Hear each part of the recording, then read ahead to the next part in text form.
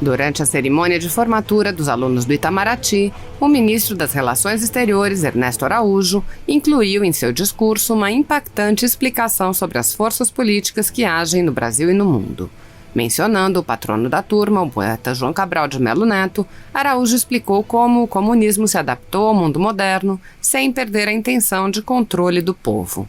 Araújo explicou que, no Brasil, o comunismo, mesmo afirmando pretender combater o patronato político, uniu-se a ele na busca do poder. O ministro disse: quando a esquerda e a oligarquia se encontraram, descobriram que eram irmãos, há muito tempo estranhados, ambos filhos do cinismo e da sede de poder. Abraçaram-se e puseram-se a roubar o povo brasileiro. Araújo explicou que o povo acordou e atualmente está em condições de efetivamente afetar o poder oligárquico. O ministro disse: o poder oligárquico, pela primeira vez, está efetivamente ameaçado. Veja trecho do discurso de Ernesto Araújo. Esse povo escandaliza os intelectuais prudentes e sofisticados. Esse povo revolta os esquerdistas que o detestam, amedronta os antigos e os mais recentes donos do poder. O poder oligárquico, pela primeira vez, está efetivamente ameaçado. A oligarquia e a esquerda se acasalaram confortavelmente, mas diante do povo, elas tremem. O poema de João Cabral de Melo Neto, que acabo de citar, é sobre Frei Caneca, no momento em que o tiraram de seu calabouço para ir ser executado. Executado por amor à pátria, essa pátria então ainda no berço. Executado pelo sentimento de liberdade, que é impossível de sufocar nos grandes homens e nas grandes mulheres, nos mártires, visionários, criadores e líderes que pontuam a aventura humana. Precisamos de libertação, libertação para que despertemos e voltemos a enxergar o Brasil e o mundo. Então, digo à nova turma, digo aos colegas, acordar é reacordar-se ao que em nosso redor gira.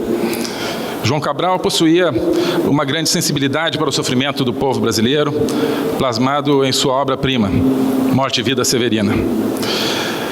Como muitos de sua geração, tinha a percepção clara do problema secular do Brasil, da causa central do sofrimento de seu povo, aquilo que Raimundo Faoro chamou o patronato político brasileiro, o sistema de clientelismo construído por uma oligarquia corrupta. Mas a resposta de muitos da sua geração e talvez do próprio João Cabral a esse gigantesco e premente problema dirigiu-se para o lado errado, para o lado do marxismo e da esquerda.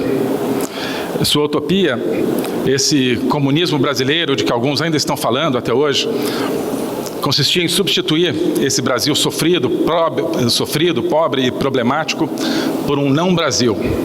Um Brasil sem patriotismo, sujeito naquela época, anos 50, 60, aos desígnios de Moscou, e hoje, nesse novo conceito de comunismo brasileiro, sujeito aos desígnios sabe-se lá de quem. Um Brasil materialista, do ser humano sem sua dimensão espiritual, esse grande roubo do espírito que na época se realizava pela redução de tudo ao aspecto econômico e com uma péssima noção de economia, diga-se de passagem, e ao conceito de classe, e que hoje se atua pela redução de tudo a conceitos como gênero, raça e outros.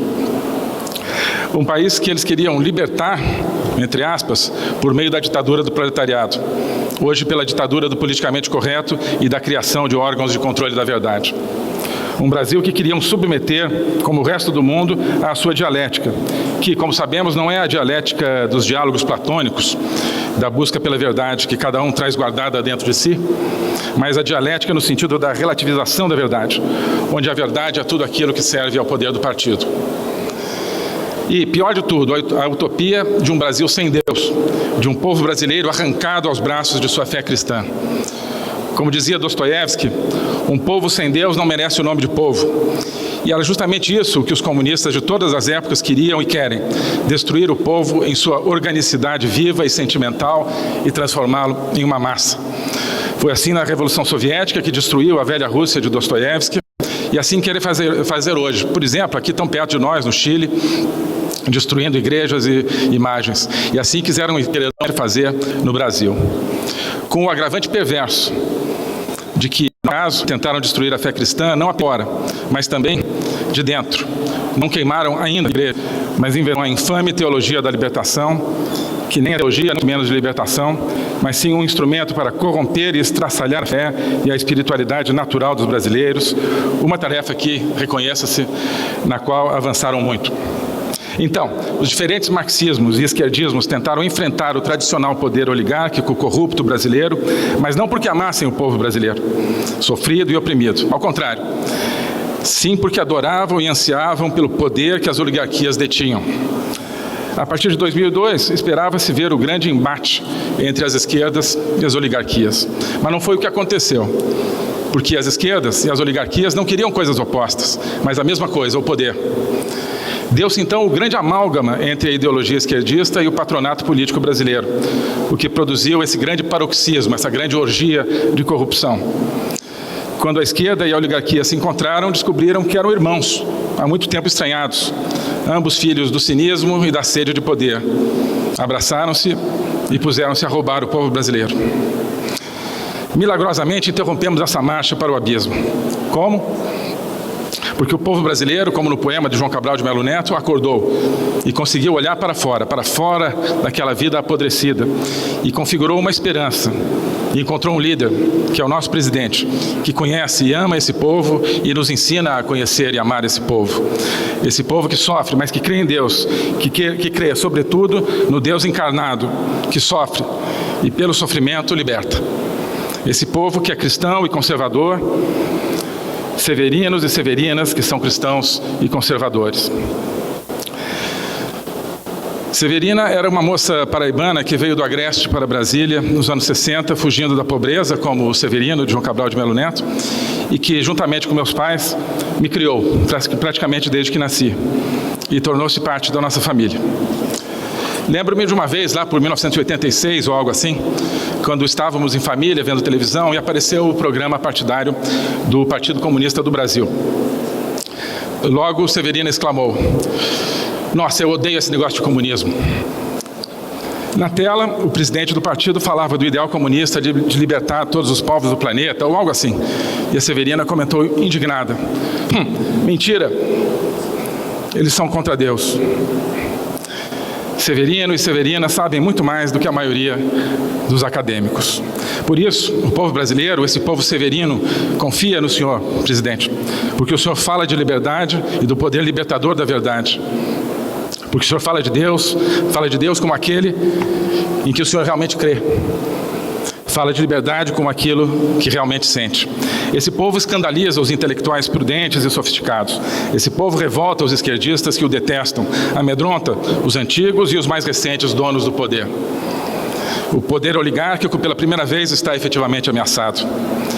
A oligarquia e a esquerda se acasalaram confortavelmente, mas diante do povo, elas tremem. Somente a fé verdadeira deste povo cristão e conservador proporciona a couraça moral e o coração palpitante de amor patriótico para enfrentar o dragão da maldade. Este povo severino, esta grande nação severina, é o que queremos levar para o mundo. Para isso, precisávamos libertar o Itamaraty e despertar o Itamaraty.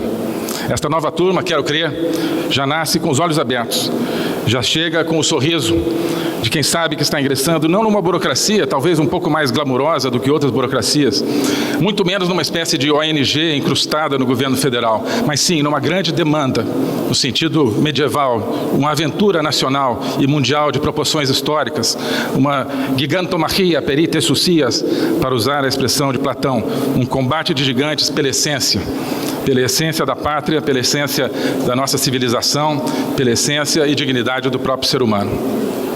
Não apenas o brasileiro, mas todo ser humano é um severino que sofre no mundo por todos os tipos de problemas, peregrina num vale de lágrimas, mas que possui uma dimensão espiritual, que é feito à imagem e semelhança do Criador, como acreditamos os cristãos, que possui uma alma imortal, como demonstrava Platão, e que somente pelo reconhecimento e cultivo dessa dimensão espiritual poderá exercer plenamente sua humanidade e sua liberdade.